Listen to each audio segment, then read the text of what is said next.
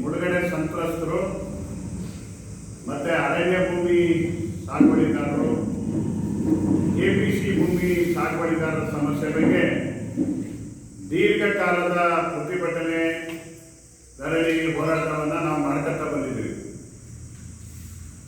ಸಾಗರ ಕ್ಷೇತ್ರದಿಂದ ನಮ್ಮ ಶಾಸಕ ಬೇಳೂರು ಗೋಪಾಲಕೃಷ್ಣರವರು ಶಾಸಕರಾಗಿ 3 ಬಾರಿ ಆಯ್ಕೆಯಾಗಿದ್ದಾರೆ.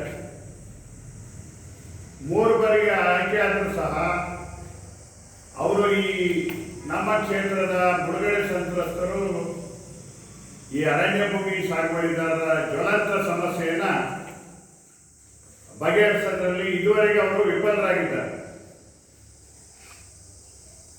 ಈ ಬಾರಿ ಶಾಸಕರಾದಾಗ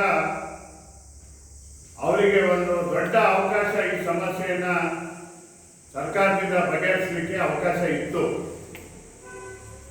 ಯಾಕಂತ ಹೇಳಿದ್ರೆ ವಿಧಾನಸಭೆಗೂ ಚುನಾವಣೆಗೂ ಮುನ್ನ ಈಗ ಉಸ್ತುವಾರಿ ಸಚಿವರಾಗಿರ್ತಕ್ಕಂಥ ಮಧು ಬಂಗಾರಪ್ಪನವರೇ ಈ ವಿಷಯ ಇಟ್ಕೊಂಡು ಪಕ್ಷದ ವತಿಯಿಂದ ಪಾದಯಾತ್ರೆ ಮಾಡಿದ್ರು.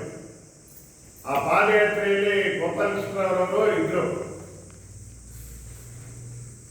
ಪಾದಯಾತ್ರೆ ಮಾಡಿದಾಗ ಆಗಿನ ವಿರೋಧ ಪಕ್ಷದ ನಾಯಕರಾದಂತಹ ಸಿದ್ದರಾಮಯ್ಯವರು, ಕೆಪಿಸಿಸಿ ಅಧ್ಯಕ್ಷರಾದ DK ಶಿವಕುಮಾರ್ ಅವರು, ಕಾಗೋಡು ತಿಮ್ಮಪ್ಪನವರು, ಮಧು ಬಂಗಾರಪ್ಪನವರು ಒಂದೇ ವೇದಿಕೆಯಲ್ಲಿ 10,000 ಜನ ರೈತರ ಎದುರುಗಡೆ ನಮ್ಮ ಸರ್ಕಾರ ಅಧಿಕಾರಕ್ಕೆ ಬಂದರೆ ತಕ್ಷಣವೇ ಈ ಶರಾವತಿ ಮುಳುಗಡೆ ಸಂತ್ರಸ್ತರು, ಅರಣ್ಯ ಭೂಮಿ, ಕೆಪಿಸಿ ಭೂಮಿ ಎಲ್ಲ ಸಮಸ್ಯೆಗಳನ್ನ ಬಗೆಹರಿಸೋದಕ್ಕೆ ನಾವು ಕ್ರಮ ತಗೋತೀವಿ ಅನ್ನೋ ಮಾತಾಡಿದ್ವಿ.